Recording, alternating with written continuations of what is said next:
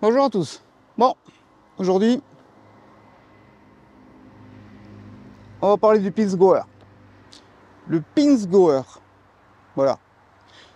Alors, pourquoi j'ai acheté ça? Alors, pas mal d'entre vous le savent, d'autres le savent pas. À savoir que je suis ancien militaire, j'ai fait 18 ans et demi d'armée. Voilà. Et du coup, j'ai toujours voulu me racheter un véhicule mili. Mais le problème, c'est que c'est pas facile à trouver.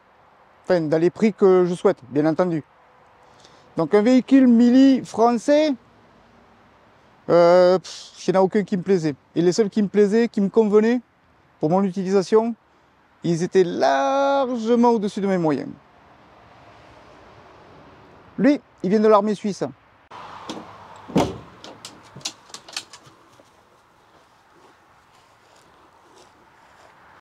Alors, qu'est-ce que c'est cet engin? Cet engin, c'est un Pinsgauer 710M. Alors, 710, c'est le modèle parce qu'il existe le 712. 710, hop, 4 roues. 712, 6 roues. Et 710 et 712 sont des moteurs essence. Je te montrerai après, tu comprendras. Et après, il y a les modèles 716 et encore un autre, je sais plus. 718, je crois, c'est ça. Pour le moteur diesel. Bon, les moteurs diesel ne m'intéressent pas spécifiquement. Cet engin est de 1975.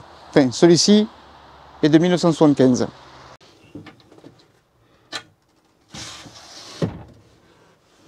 Donc cet engin est destiné à la base pour l'armée suisse et l'armée autrichienne. Il est fabriqué par la société Serpuch. Je crois que ça se prononce comme ça. Et en fin de compte, ça a été produit pour l'armée autrichienne et après il a été vendu à l'armée suisse. Cet engin, il a été vendu aussi sous d'autres armées, type la Bolivie, des trucs comme ça. Voilà. Et après, une fois qu'ils ont été déclassés, ils ont été vendus aux civils. Bon, comme tu peux voir, je suis un civil qui a un camion militaire.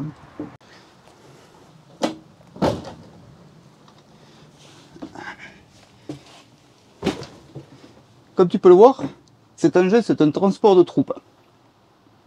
Qu'est-ce que c'est un transport de troupes? C'est pour transporter des gens, purement et simplement. Bon, voilà à quoi ça ressemble. 2 personnes par banquette, à droite et à gauche.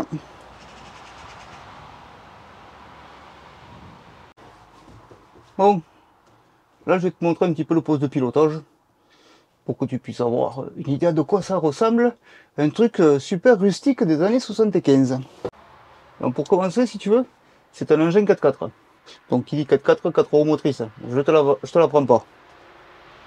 Mais celui-ci a une particularité, c'est ces manettes ici. Je t'expliquerai après. Donc, ce petit engin, je te montrerai le moteur après, il est équipé d'un moteur 4 cylindres, 2,5 litres, 90 chevaux. Ouais, c'est pas énorme. Refroidi par air. C'est un air collègue. Donc, c'est-à-dire que c'est comme les Cox. Sauf que les Cox, c'est un moteur 4 cylindres à plat. Et lui, c'est un 4 cylindres en ligne. Alors, le tableau de bord. Super simple. Compteur kilométrique. Des petits voyants qui indiquent plusieurs choses. La jauge essence. Et ça, c'est tous les fusibles. C'est-à-dire que quand tu appuies ici, ça réarme les fusibles. T'as pas des vieux fusibles, machin ou quoi. Ici, essuie-glace, ventilation pour le chauffage. Ouais, le chauffage, c'est subjectif. Et ici, pour les phares. Ici, contact et quand tu appuies démarrage. Ici, frein à main. Et là, les 3 manettes. Les 3 manettes. Tu as la première, ici, c'est pour passer en 4 roues motrices. Ici, c'est pour passer différentiel arrière. Et ici, c'est pour passer différentiel avant. Blocage de pompe, comme on dit. Tu as les petits dessins ici. Si tu veux voir à quoi ça ressemble, là. Ici, dans le noir, là, tu as une manette. Donc celle-là, c'est pour passer au neutre. Et 4 roues motrices courtes. Levier de vitesse. Il y a 5 vitesses dessus. Voilà le fameux 4 cylindres. 100% d'origine. Ici, bobine avec tête d'allumage blindée. Donc 100% étanche. Bobine d'allumage, machin.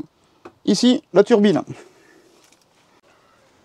Tu vois la turbine, c'est un petit peu comme les vieilles Porsche 356. Sauf que la turbine, sur les Porsche 356, elle est à plat. Mais c'est le même principe. Donc tu vois, si tu veux, ça aspire de l'air de devant pour venir refroidir le moteur. Donc il n'y a pas de système de liquide de refroidissement, de radiateur, machin ou quoi. Ici, échangeur d'huile. Et là, de carbu en 36. Filtre à air. Huile, jauge à huile. Bon, rien de compliqué. Et tu vois l'air, il est aspiré par ici. On voit la turbine par le fond là-bas. L'autofocus va pas se faire, donc, mais bon, t'as bien compris. Et de ce côté ici, on voit bien les 4 cylindres, tu vois. 1, 2, 3 et 4. Voilà. Un joli 4 cylindres à pas. À plat. À savoir que chaque cylindre se démonte séparément. C'est-à-dire que tu peux en démonter qu'un seul si tu as un problème que sur un seul. Tu n'es pas obligé de tout démonter. Et voilà les fameux 2 carbus. Forcément, ça fonctionne à l'essence. Hein. Si tu veux voir un petit peu les dessous de la bête, ici, les 2 bocals pour le frein. Ici, hop là, là, le petit bocal pour l'embrayage. Ici, sur l'extérieur, un jerrycan de 20 litres d'essence. Ici, le jerrycan principal. De mémoire, je crois que c'est 75 litres d'essence. À savoir qu'il y a une option pour le pousser à 100 litres, c'est-à-dire que ici, tu retires ça, et tu as un réservoir additionnel qui vient se mettre et se coupler à celui-là pour faire 100 litres. De l'autre côté, tu te retrouves avec 2 coffres.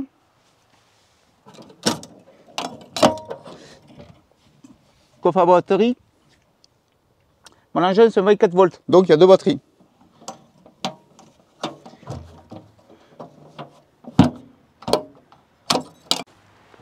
Et de l'autre côté, c'est un coffre de rangement pour le lot de bord. Tu sais pas ce que c'est un lot de bord? Ah, bon, en gros, c'est tout ce qui est outil de dépannage qui est fourni avec le véhicule pour les militaires. Pour essayer de se dépanner sur place, entre guillemets. Donc il y a un minimum d'outils. Tu vois, par exemple, en termes de lot de bord, tu retrouves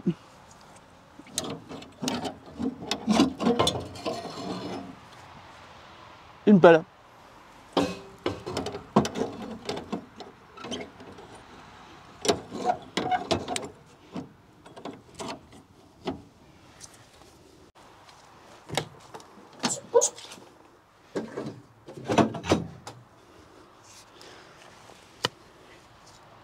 Tu retrouves une hache. Tu vois, la hache se trouve ici. Ah, tu sais pas ce que c'est les petits trucs verts là? Ah ben attends, je vais te montrer. Tu vois les petits trucs verts là, ça sert avec ça. Tu sais pas à quoi ça sert? Je vais te montrer. Voilà à quoi ça sert. Ça sert à mettre les armes.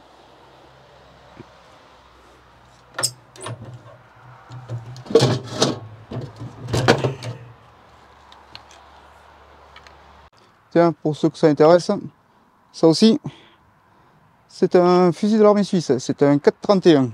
Schmidt-Rubin 431, suisse. Donc forcément, il a sa place dans le Pings.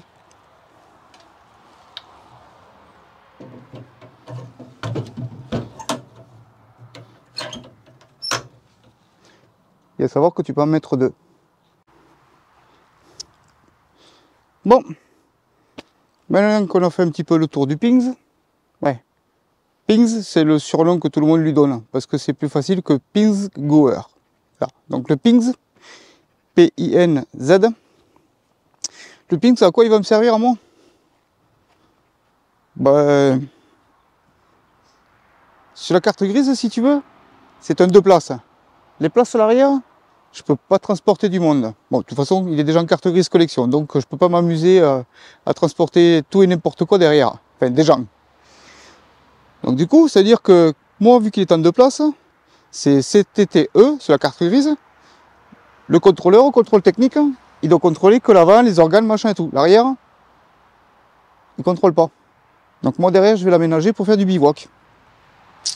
Voilà quoi il va me servir. Bon, après accessoirement, ça va me servir de transport pour mettre tout et n'importe quoi dedans, pour aller à la déchetterie, machin. Bon bref, voilà, t'as compris. Si tu veux, j'ai 2,50 m de plateau derrière. Quand tu rabats les banquettes, ça fait 2,50 m de plateau plat. Ouais. Donc on peut en charger de la merde dedans. Bon, c'est pas tout. Mais maintenant on va parler des problèmes. Ah ben oui. Parce qu'il n'est pas tout neuf, le petit monsieur là. Donc, comme tu peux voir déjà, le premier problème, le plus visuel, tu as vu les bâches là? Tu as vu les bâches là? Il y a des trous. Ici là,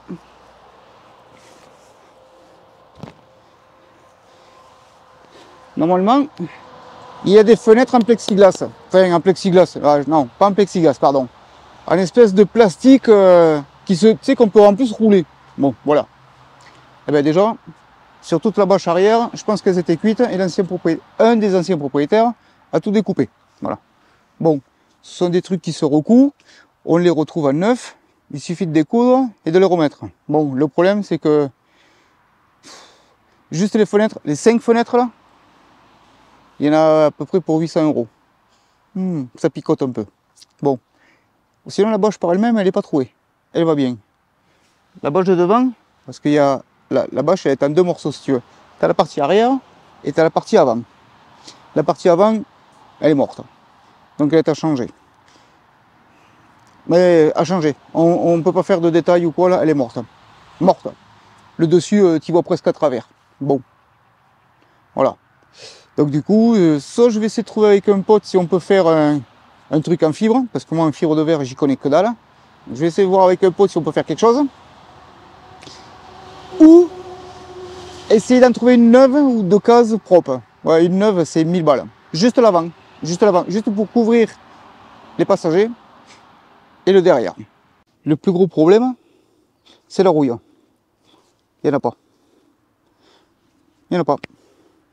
J'ai fait tout le tour des planchers, machin et tout. Dans tous les coins, les recoins. Il n'y a pas de rouille. Il n'y a que de la rouille superficielle. C'est tout. C'est pas percé, c'est pas croûté, c'est pas machin. J'ai pas de carrosserie à faire sur celui-là. C'est fabuleux quand même. Tu as vu? Pour une fois que je trouve un engin qui est le plus vieux de tout ce que j'ai, il n'y a pas de rouille. Perforante. Rouille superficielle. Après, le plus gros souci, c'est l'entretien, comme tous ces engins que je récupère. Il fuit de partout celui-là. Bon, fuir, c'est pas non plus, ça coule à granger. Alors il transpire des joints. Tu vois, les joints de boîte de transfert, les joints de machin. Il n'y a rien de foufou, on va dire. Voilà. Il y a beaucoup de joints à changer, il y a beaucoup de trucs comme ça. Voilà. Bon, on connaît tous le problème. Hein. Qui dit un joint, dit beaucoup de démontage. Mais bon. Alors tu vois, cet engin, il a une particularité que tu ne trouves nulle part ailleurs. Bon, tu es d'accord avec moi? Une caisse posée sur les châssis. Bon, tout le monde connaît ce système. Ou les caisses autoporteuses.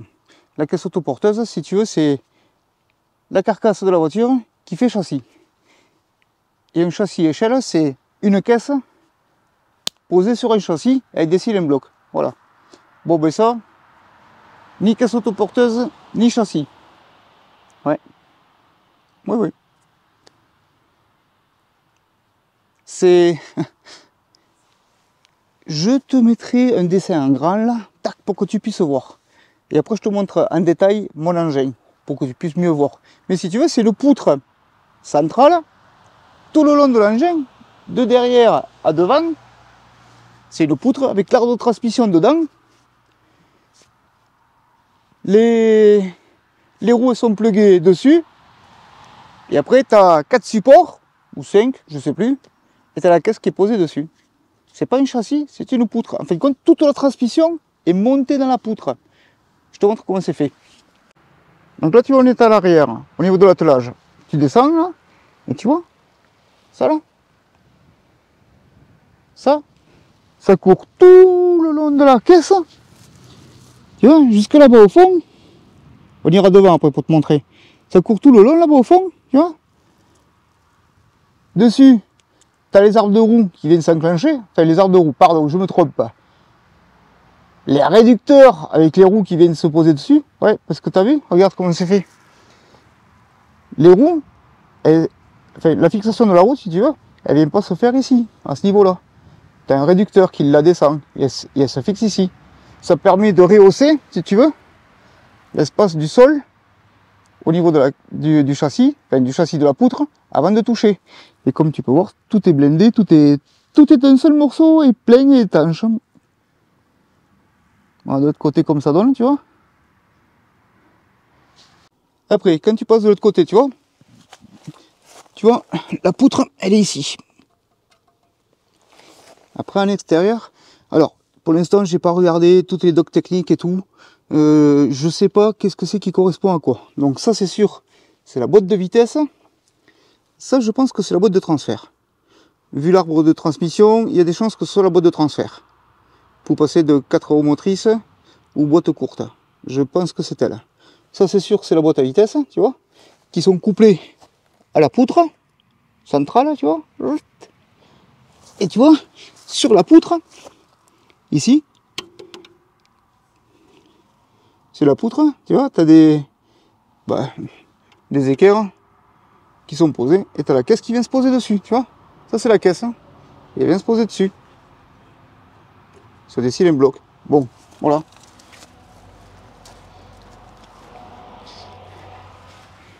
Et après, tu vois, à l'avant, après, à l'avant, la poutre, elle vient s'arrêter devant, là. Voilà. Là où tu as les trucs de direction.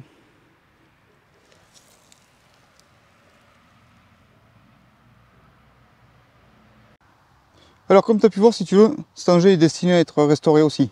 Alors, là, pour l'instant, ma préoccupation principale va être d'essayer de le rendre étanche. Ouais, parce que tu as vu, les fenêtres trouées, dès qu'il pleut, ça rentre dedans, ça va me pourrir la caisse. Bon, bref, voilà. Et le toit au-dessus des conducteurs passagers, d'essayer de trouver une solution pour, pareil, soit changer la bâche ou soit, voilà, pour pouvoir justement rendre ça étanche. Après, on va commencer à faire tous les niveaux et faire vidange moteur, machin, bon bref, le truc traditionnel. Et après je m'arrête là. Pourquoi je m'arrête là? Parce qu'en fin de compte, on va dire que la saison hivernale va vite arriver. Là on est fin juillet, j'ai encore énormément de travail sur le Jeep et sur le Toyota en carrosserie. Donc ce sera, je vais arriver fin septembre, mi-octobre, et j'aurai pas le temps à lui de commencer à l'attaquer pour tout et rien. Voilà, on va pas commencer à le poncer, à le peindre, le machin. Non, on fera ça au printemps prochain. Voilà. Mais je t'inquiète pas, j'ai quelques trucs à faire dessus, machin et tout. Donc ça, je le ferai. Et je te les montrerai.